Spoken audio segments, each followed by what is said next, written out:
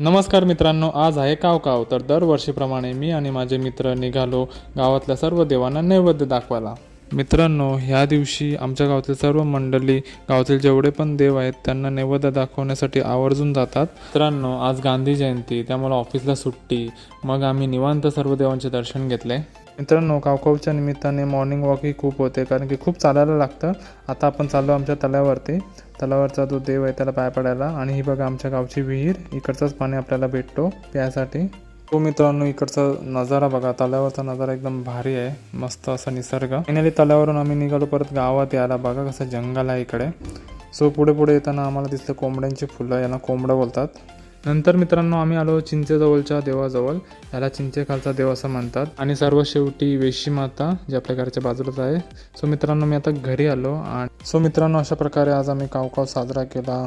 तुम्हाला व्हिडिओ आवडला असेल तर लाईक शेअर कमेंट जरूर करा.